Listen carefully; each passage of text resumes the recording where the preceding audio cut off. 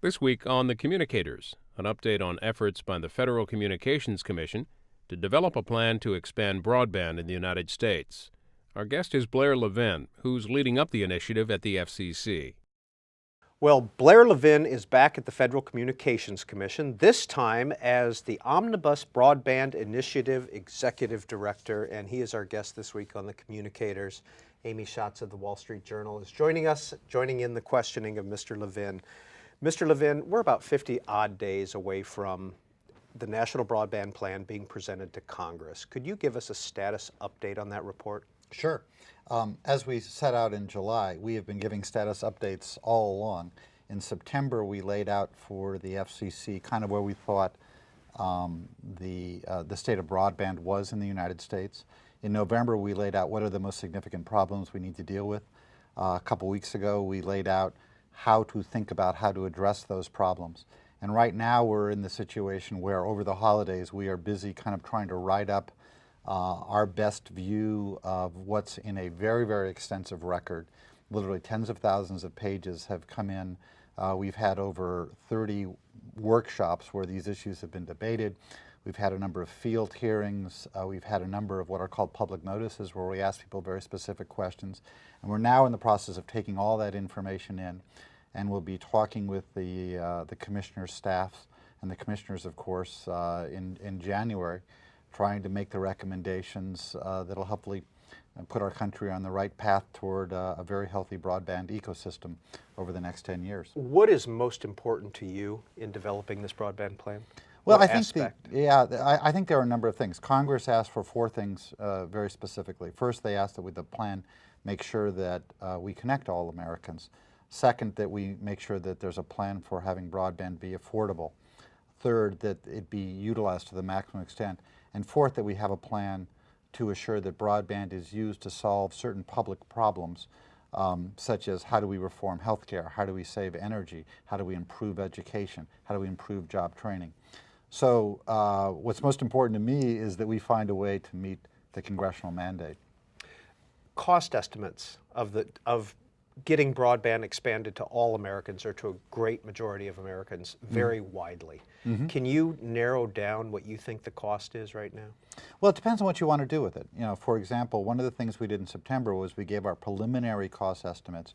What does it mean to build out a system to what percentage of Americans at what speeds? You know, for example, if we think that broadband, if we want to make sure that 90% of Americans receive broadband speeds, have at least one alternative to receive a broadband speed of 10 megabits, it's not clear to me that there's any gap at all. That is to say, I'm not sure we need any new government dollars or even that many new private investment dollars to achieve that goal. On the other hand, if you want to get 100% of Americans achieving 100 megabits, that order of magnitude is an incremental investment, either private or public, of about $350 billion. And there's a lot of variation, like would you want to go to 95%, right? Or do you want to go to 25 megabits? You know, our basic view is that the market ought to drive those kinds of decisions almost everywhere. But it's also very clear that there's some percentage of Americans, you know, somewhere between 5 and 10%, who aren't going to receive what we think of as a minimum level of acceptable broadband. And that's where the government does have to step in. That's where we look to something like universal service to solve that problem. The part of the problem in solving the problem is that the current universal system, service system is broken. We have to simultaneously fix it as it is and transition it to support broadband instead of supporting voice. And it's a little akin to changing the engine of the jet plane while the jet plane is in flight, but we're doing our best to try to figure out how to do that. So what would you say the minimum level of universal broadband would be? What speed would you put that at? Well, we're looking at that now, and we'll be discussing that with the commissioners. I would say that, you know, as we talked about at the September meeting, there are a number of different use cases for people. Generally speaking, I think the market today is about 3 megabits. That is to say, the average American uses it in a way that you need a download speed of about 3 megabits to do the kinds of things that most Americans do. That the use case seems to be increasing at about, I think, 25% per year in terms of how people use it, in terms of the download speeds. We want to have the universalization mechanism produce kind of the minimum that gets us to, I think, about where we are today, maybe a little bit more. There's kind of a big step up when you go to like high definition video and things like that. I'm not sure that's what we need, but that's, there's a lot of different elements about what we want people to be able to do, but also kind of where the step functions are in terms of the economic cost, so that if you kind of move up, where do you cost a lot more money? But I think it's somewhere in the kind of order of what people are doing today in terms of what we want to make sure is universalized over the next 5 to 10 years. So you're talking then about having 3 megabits per second to folks who don't have high speed now? Is that? That's a number. I think that we're studying the economics, 2, 3, 4. Those are all kind of in range. And I might note that a lot of people say, gee, we ought to have really big goals of 100 megabits to every home. When you look at the countries that have said they're doing that, what they're actually doing is things like 100 megabits to most homes, but that in terms of the universalization goal, which is quite different, they're roughly order of magnitude in that kind of 1, 2, 3 category. So recently, Rick Bauscher, who's head of the House Internet Subcommittee, released a letter and sent a letter to you guys saying that he thought that we should have 50 megabits per second to 80% of homes in about 5 years. What do you think of that? Do you think that's achievable?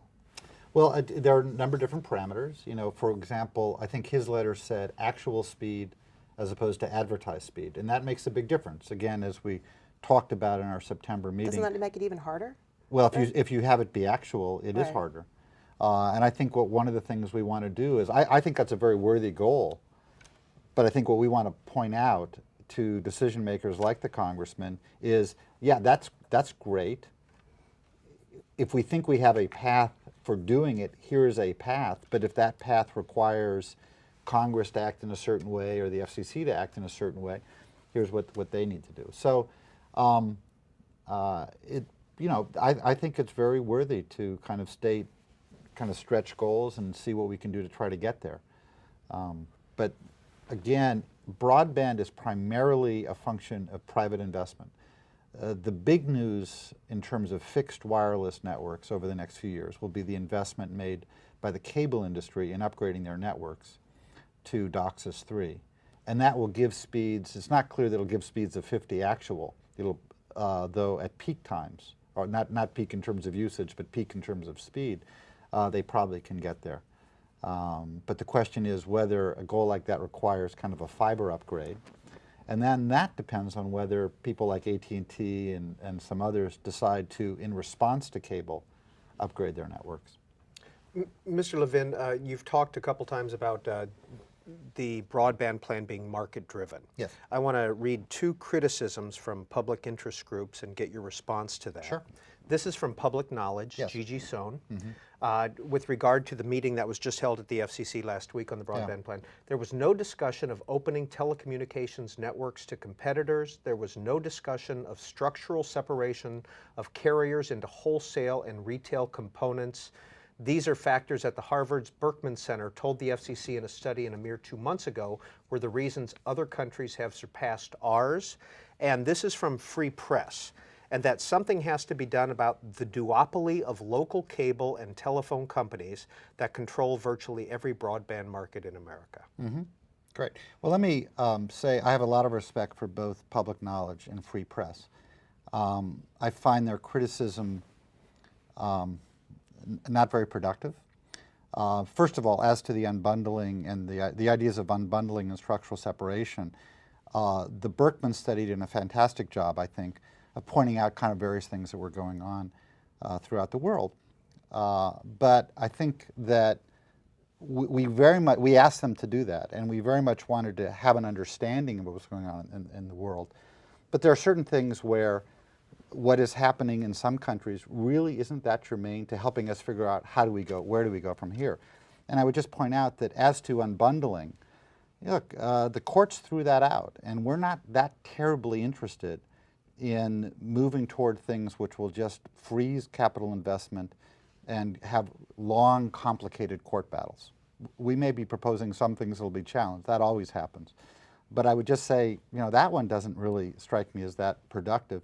Structural separation, I haven't heard from anyone in Congress or from anyone at the Commission or really in the record, people asking for structural separation.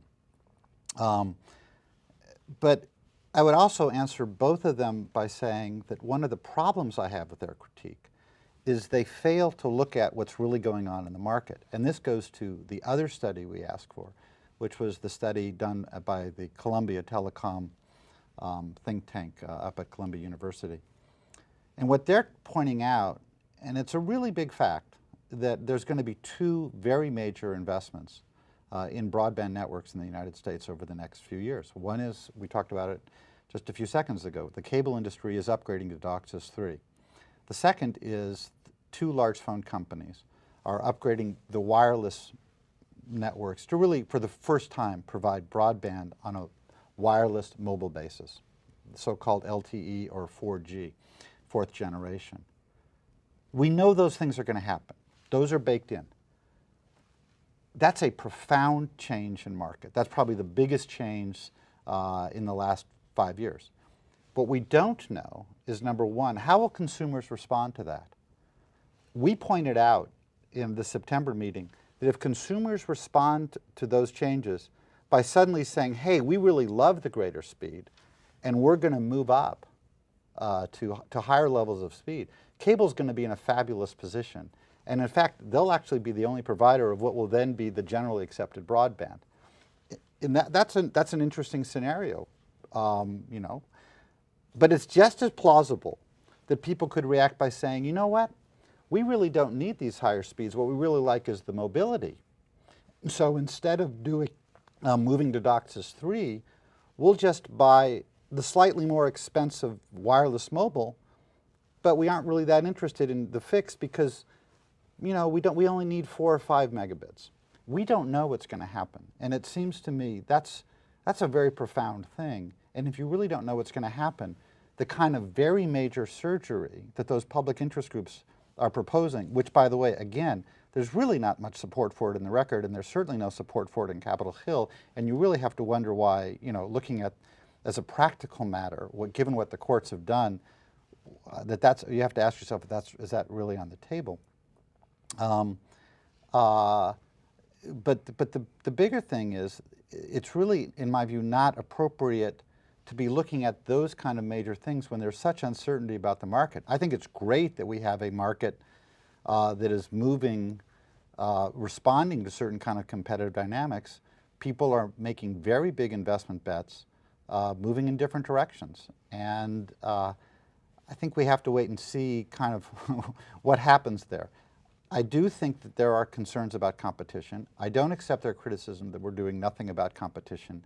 And indeed, there are a number of things, whether it be allowing consumers to know far better about what kinds of performance they're getting, what kind of performance their neighbors are getting, not their literal neighbors, but what other kinds of performance is available in their neighborhood, lowering the cost of deployment, the spectrum initiative that we've been working on. We don't know whether wireless will ultimately be able to compete with wired. We do know that if we don't have more spectrum out there, the possibility of it competing is almost none. And one of the things that the city report did say, which is troubling in terms of competition, is that no new wired fixed competitors are really on the horizon. So I think there's certain levels of uncertainty. We're going to try to do all the things we think are positive. But again, while I have great respect for those two organizations, I don't really accept their criticism as being useful and practical at this time. This is C-SPAN's Communicators program. Our guest this week is Blair Levin. He is at the Federal Communications Commission. He is the Omnibus Broadband Initiative Executive Director. He previously served as Chief of Staff to former FCC Chairman Reed Hundt. Our guest reporter, Amy Schatz of the Wall Street Journal. Blair, I don't want to beat a dead horse on this, but one of the reasons why open access became such an issue is because of the Berkman study, which the FCC asked for. Yes. And you say that there's no support for this on the Hill, but there was arguably not that much support on some parts of the Hill for net neutrality either. And so I completely disagree with that. There was a lot of support on the Hill for net neutrality, and well, it including depends by on the the party. committee chairman. I think it depends on the party how much support there was for net neutrality. But when you're talking about competition issues like this, you know, it sounds like you're basically saying that from your perspective, open access is not an issue, unbundling is not an issue that you think the agency should be going down, and that's sort of off the table now. No, that's not what I said. And let me say, we did ask for the Berkman study, and we gave them complete and total editorial freedom in doing it.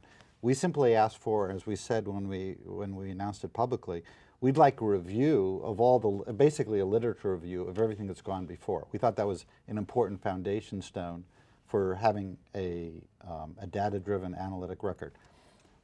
They did a lot of things that are very helpful to understanding what's going on. But fundamentally, it's backward-looking. That's valuable, but it's fundamentally backward-looking. And we also asked the Columbia folks to be more forward-looking in deployment. We thought both of those foundation stones were very important. You know, unbundling covers a wide spectrum of things. The court threw out certain kinds of unbundling things, but there are still unis that are unbundled network elements that are still provided for in the law and still exist. And there are certain kind of categories where we will be looking, but kind of the large scale, let's say, let's kind of go backwards to precisely where we were back in 2003, 2002, 2001. That's really not practical. And the court decision definitely tied the hands of the FCC in moving forward. We have, you know, there's always a choice when you do a plan like this about whether you want to be kind of what you want to say, how you want to approach it. And we're trying to approach it in a way that's simultaneously visionary and practical. And, you know, the notion, you know, you can say there's not that much support for the Hill on net neutrality. I definitely disagree. And you could look at the committee chairman and subcommittee chairman and a number of, admittedly, there seems to be a partisan divide about it. But I haven't heard anybody on the Hill say that structural separation is where we ought to be heading. So then if competition... And by the way, just to be clear, I'm not sure I think that's a good idea either, but so that's not the only measure of things. And I think that one of the, you know, there's certain things that are very different about America. In a lot of the countries that the Berkman Center covered, the telco is really the only provider for the majority of people. Here in the United States, we have both a cable company and a telco capable of providing broadband. Now, there are some advantages to that. There are some disadvantages to that. But that's where we are. And we plan on building a plan based on America's strengths and trying to compensate for certain kinds of weaknesses, but building on where we are. So if cable and wireless and phone, so basically it's cable and phone companies moving forward, and they're going to be really driving the next generation of broadband, and you're expecting them, whatever they're going to be doing to increase their speeds is really where we're going. Are there things that the government could do to help those companies increase their investments faster? I mean, tax credits or other things? First, let me say that I disagree with the premise of the question, because when you look at the broadband universe, you're just talking about the networks. Competition, there is a function where there's competition between the networks. But what we see happening in the broader broadband ecosystem is a lot of the innovation, a lot of the job growth, a lot of the investment, a lot of the new applications, those are being driven by other forces. They're not simply about the network. You know, probably the single biggest driver of growth in broadband in America today is the iPhone. That is driving people to all kinds of uses. It's, you know, the demand for spectrum is growing up hugely, but people are experiencing broadband in a completely different way than you would have anticipated prior to the arrival of the iPhone. And by the way, I think even Apple itself didn't anticipate it, because when they originally came out with the iPhone, they weren't really creating a platform for the applications. That kind of developed later, and that's really a stunning and very important development. So yes, we are focused on trying to see what we can do to make sure there's a better competitive dynamic between the existing providers, but we're also trying to make sure that there's kind of healthy competition within the ecosystem. That's one reason why we focused on the set-top boxes. That's one device that hasn't seen the kind of innovation that you've seen with computers, laptops, netbooks, et cetera, nor have you seen with mobile devices. And so that's one of the reasons we're looking at that. What about the national broadcasters worried about their spectrum being taken away? What do you say to them? Well, look, it's not that, first of all, we're not taking away anybody's spectrum. Here's what we are saying. Number one, we believe the record is very clear on this. In 3 or 4 years, our country will have a very big problem with its mobile broadband unless we act now to start making sure there's more spectrum put into the system. You know, there are some broadcasters who are saying things like there's no evidence in the record. I don't know what record they're looking at. There's very significant evidence in the record that that will occur. Number two, we have to have a plan that gets that more spectrum, or the consequences will be that the American mobile broadband experience will be much more expensive and the service will be lousier than our international competitors. And when you consider that the mobile broadband platform will probably be the most important platform for economic growth, the most important platform for job growth, the most important platform for investment in the next 10 years, this is a very, very serious problem for the country. It's a huge opportunity for America. We're extraordinarily good at applications. It's not an accident that Apple is here. It's not an accident that Google is here. It's not an accident that Facebook is here. This is a tremendous opportunity. But if we don't have the spectrum necessary to build that platform, all of that is going to go elsewhere, and the great companies of the next decade will be somewhere else. And so that's the problem. So if you accept that as a problem, and you can argue about that, but it seems to us the record's pretty clear, then the question is, what do you do about it? Now, interestingly, the broadcasters have the spectrum that is well suited to help alleviate this problem. We're not talking about taking it away from broadcasters. Rather, what we're talking about is asking the question, can we create a market mechanism so that as the importance of this becomes clearer and as the cost of not having it becomes clearer, we can have those broadcasters who don't need all the spectrum. And by the way, most broadcasters, not all, but most broadcasters are using all of their spectrum very infrequently, if at all. Some broadcasters want to do big high-definition programming at some times, but almost no one is using the entire 19.4 million bits of information stream all the time. It's not happening. So it's perfectly fine. It's a kind of an interesting debate. We're trying to figure out market-based solutions so that those broadcasters who think it is worthwhile to keep all of theirs, if that's what they think is worthwhile and are making a market-based decision, that's okay. Other broadcasters who feel that, you know, most of the broadcaster value now is created not by the over-the-air stream. 80 to 90% of it is being created by the transmission over cable and satellite. So the value to them of that spectrum is less than I think people know. People tend to put it in a binary framework like, you know, we either have it all or we're dead.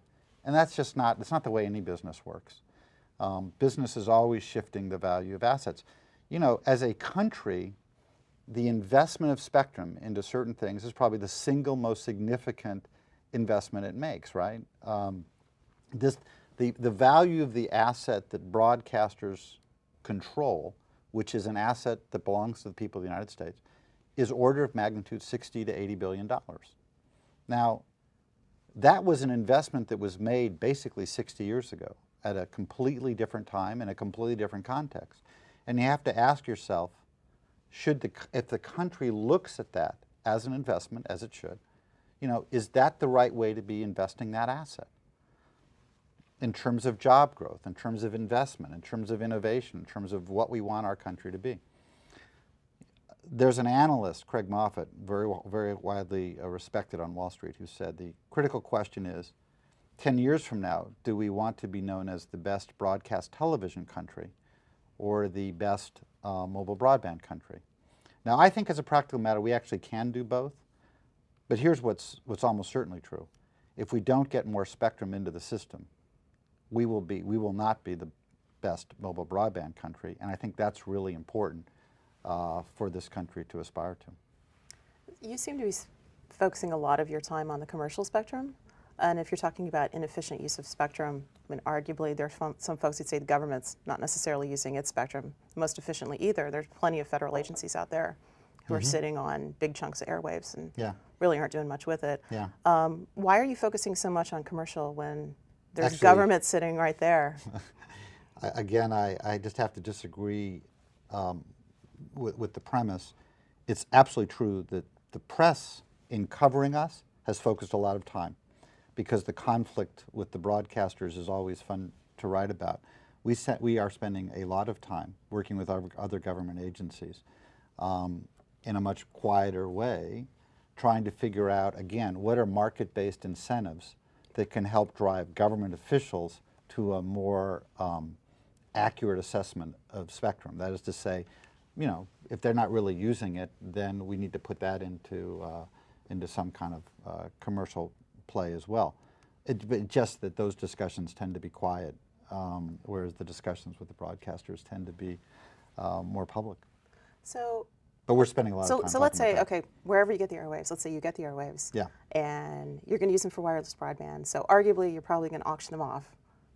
I guess you could use them unlicensed, so but you're probably going to auction them off. So, well, I think there's a role for unlicensed, and I think that's you can't really make the decision about what percentages go where until you know how much you're getting back. So if you auction them off, so let's go with the premise that another premise. Let's go with this one and say that if you do auction them off, how do you auction them off in the way that you just don't allow AT&T, Verizon to get even more dominant in the U.S. wireless market than they already are? Yeah. Because if you look at their spectrum positions, they're so far ahead of Sprint and T-Mobile. Yeah, it's a great question, but the problem is until you know how much you're getting back, it's an irrelevant question.